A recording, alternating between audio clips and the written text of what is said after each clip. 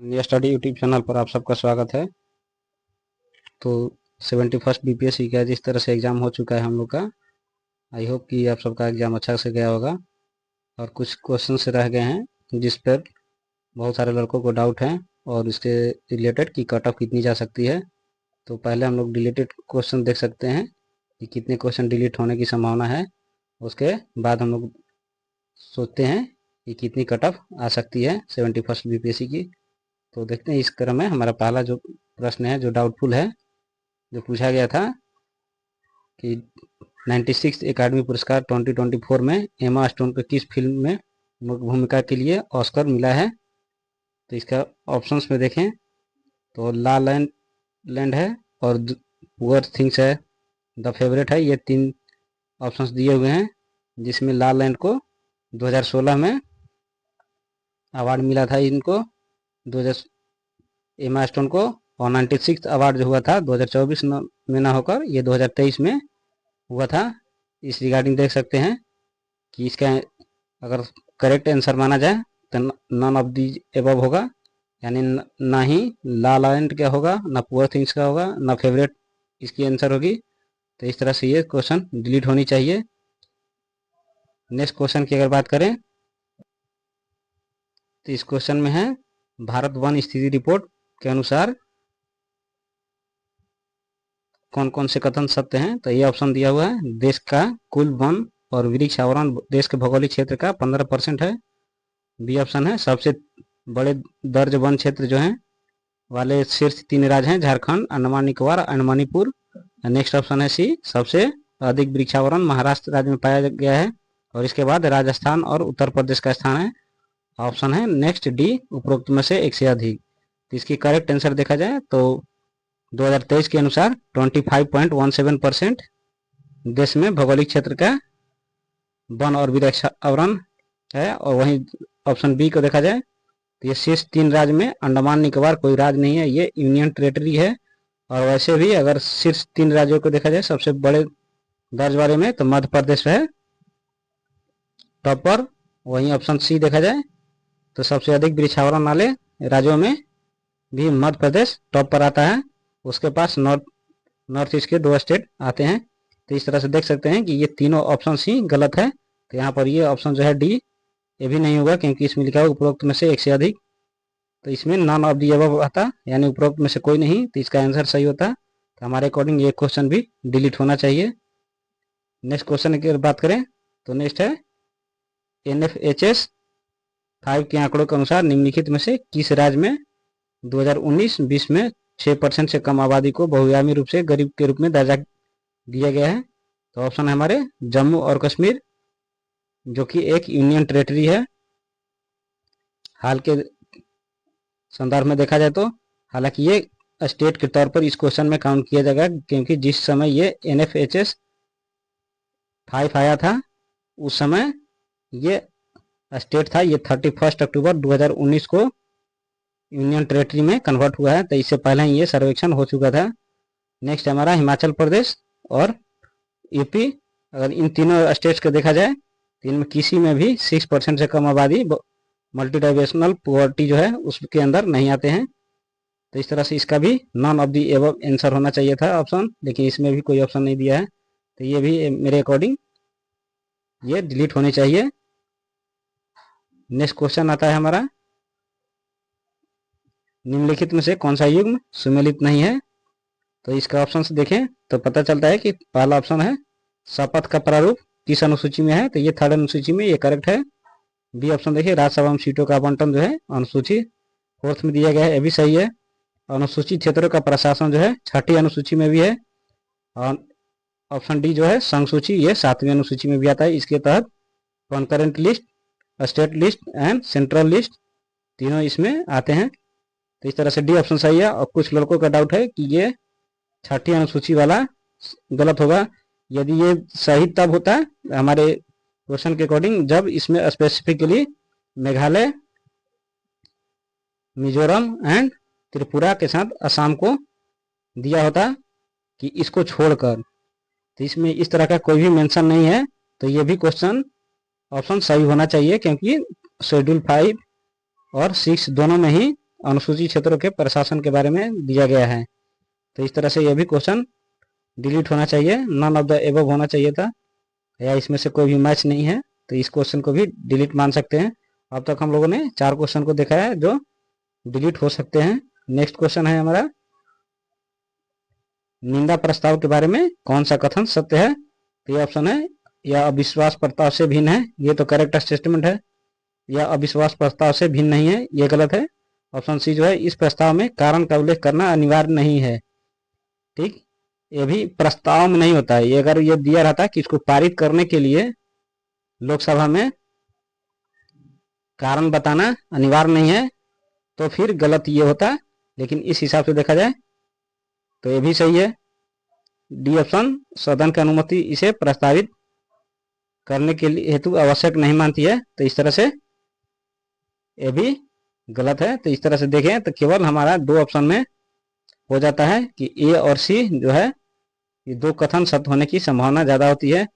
अगर मेरे अकॉर्डिंग माना जाए, अगर बीपीएससी खुद पे आ जाए, तो इसका ऑप्शन मैक्सिमम प्रोबेबिलिटी है कि 90% ऑप्शन ए को मानेगी।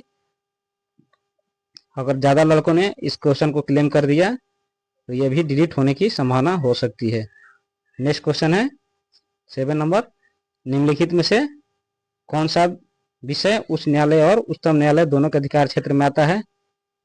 तो अगर इसमें देखा जाए तो इसमें हमारे अकॉर्डिंग जो बीपीएससी चाहती है, मोस्ट प्रोबेबल आंसर क्या होगा? सॉरी, तो ऑप्शन है राज्यों के बीच विवाद, ये उच्च न्यायालय के अधीन यानी हाई कोर्ट के अधीन नहीं आती है, तो इसलिए गलत हो जाता है। ऑप्शन बी है, केंद्र और राज्यों के बीच विवाद को उच्चतम न्यायालय यानी सुप्रीम कोर्ट देखती है। मौलिक अधिकारों का संरक्षण, ये दोनों को प्राप्त है, उच्च न्यायालय और उच्चतम न्यायालय। नेक्स्ट ऑप्शन, संविधान के उल्लंघन से संरक्षण, ये आर्टिकल 32 है, जिसे बाबा साहब अम्बेडकर ने संविधान की आत्मा भी बोला था। अगर टोटल मिलाया जाए तो मौलिक अधिकारों का संरक्षण में जो है, हाई कोर्ट का पावर जो होता है सुप्रीम कोर्ट से बड़ा होता है, यानी इसके अधिकार क्षेत्र बड़े होते हैं। तो इस तरह से 2 ऑप्शन जो है हमारे सी और डी में काफी कॉन्ट्रडिक्शन हो सकता है कि ये दोनों ही कथन सत्य हैं। अगर इसमें क्वेश्चन में पूछा रहता है कौन सा मोस्ट सुटेबल को आंसर है, तो उसके अकॉर्डिंग हम लोग जा सकते थे ऑप्शन डी, लेकिन ये दोनों ही राइट इसके अधिकार में आता है, high court and supreme court के। तो अगर मोस्ट प्रोबेबल मानिए तो जो जिन्होंने संविधान के उल्लंघन से संरक्षण को माना है, तो ये ज्यादा प्रोबेबिलिटी है कि ये सच होगा, यानी ऑप्शन डी सही होगा। नेक्स्ट क्वेश्चन है 8 नंबर, निम्नलिखित में से कौन सा बिहार का राज्य पशु है?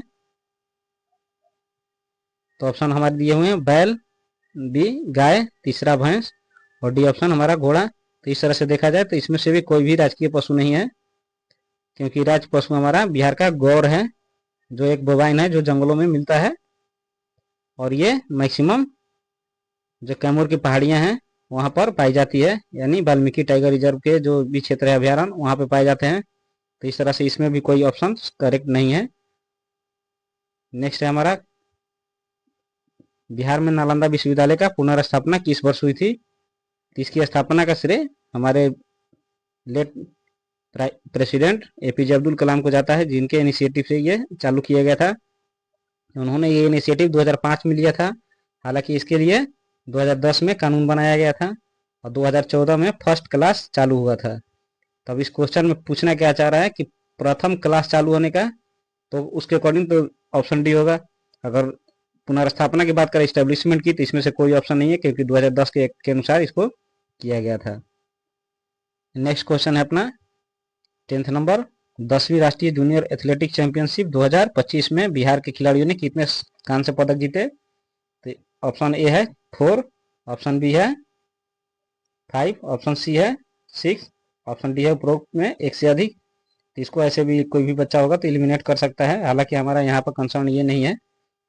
यहाँ पर ये है 2025 न होके ये 38 जूनियर एथलेटिक चैंपियनशिप 2023 में हुआ था। इस अकॉर्डिंग दिया जाए तो ये फैक्चुअली इनकरेक्ट क्वेश्चन पूछा गया है। तो इस तरह से देखें तो 2 क्वेश्चन जो है जिसमें डेट गलत मेंशन किए गए, ये जो लास्ट क्वेश्चन हो गया, और हमारा जो पहला क्वेश्चन था 96 एकेडमी पुरस्कार का, जिसमें ये 2023 होना चाहिए था, लेकिन इन्होंने 2024 दिया है। इस तरह से ये 2 क्वेश्चन तो पूर्ण रूप से डिलीट होनी चाहिए, क्योंकि ये फैक्चुअली इनकरेक्ट क्वेश्चन पूछा गया है, और एक है वन स्थिति रिपोर्ट वाला ये क्वेश्चन जिसमें सारे ऑप्शन ही गलत दिए हुए हैं, किसी में भी करेक्ट ऑप्शन नहीं दिया गया है। तो इस तरह से ये 3 क्वेश्चन तो पक्का डिलीट होने चाहिए। बाकी देखते हैं कौन सा सही है। और ये चौथा क्वेश्चन हमारे अकॉर्डिंग 4 क्वेश्चन ये NFHS 5 का आंकड़े जो हैं ये भी गलत होने चाहिए। तो इसमें 10 क्वेश्चन में से 4 क्वेश्चन मेरे अकॉर्डिंग, और एक ये निम्नलिखित में से कौन बिहार का राज पशु है, ये डिलीट होने चाहिए। तो out of 10 5 question exact delete होने ही चाहिए। उसके बाद कट ऑफ और इसका मार्क्स जो है निर्धारित किए जाने चाहिए। तो अगर इस तरह से मान लीजिए अगर 5 क्वेश्चन डिलीट की हो जाता है तो हमारा कट ऑफ की जाने की संभावना कितनी रह जाती है, अगर देखा जाए तो 5 क्वेश्चन अगर डिलीट होते हैं, ठीक, तो 5 क्वेश्चन डिलीट होने के बाद हमारा टोटल क्वेश्चन कितने बन जाते हैं, टोटल क्वेश्चन हो जाते हैं 145। और 145 होने के बाद जो कट ऑफ निर्धारित होगा, तो और पिछले साल के अकॉर्डिंग देखा जाए 70th में, तो उसमें शायद 2 क्वेश्चन डिलीट हुए थे। तो 2 क्वेश्चन डिलीट होने के बाद में अनरिजर्व कैटेगरी के लिए 91 कट ऑफ गया था, और OBC के लिए 84 और BC 2 के लिए गया था 82। तो इस तरह से देखा जाए तो 2 क्वेश्चन अगर इसमें से डिलीट मान लीजिए कि 93 कट ऑफ होना चाहिए था या 89, तो हो गया था हमारा 91। और इसमें से 5 क्वेश्चन डिलीट हुआ है, तो मान लीजिए 91 पे 86 हो जाना चाहिए ऑटोमेटिक, क्योंकि उससे क्वेश्चन पेपर भी लीक हुआ था। ये सॉरी, क्वेश्चन पेपर भी इससे इजी था। और ये कट ऑफ अगर मान लिया जाए तो पूरी तरह से देखें तो 86 से अराउंड इस बार का होने चाहिए। और कैटेगरी की बात की जाए तो वो भी इसके अकॉर्डिंग ही अपना अप डाउन कर सकते हैं कि किस तरह से जा सकता है। यानी अगर मेरी बात में अगर पूरी तरह से अगर सच हो रही है तो ये 86 85 से ज़्यादा अनरिजर्व कैटेगरी के लिए कट ऑफ नहीं जाएगी।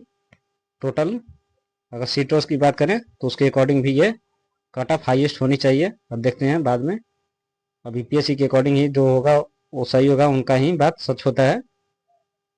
तो फोकस कीजिए जिसका 86 प्लस आ रहा है अनरिजर्व कैटेगरी का और 78 प्लस आ रहा है OBC का, तो लोग तैयारी में मेंस के लग सकते हैं। इसके अकॉर्डिंग जो भी गर्ल्स स्टूडेंट है वो भी अपना चेक कर सकती हैं कि कितनी कट ऑफ जा सकती है। अगर आप लोग बोलेंगे तो इसमें next video cut off related सारे स्टूडेंट्स के मेल और फीमेल के लिए बना दिया जाएगा। मिलते हैं नेक्स्ट वीडियो में, तब तक के लिए धन्यवाद।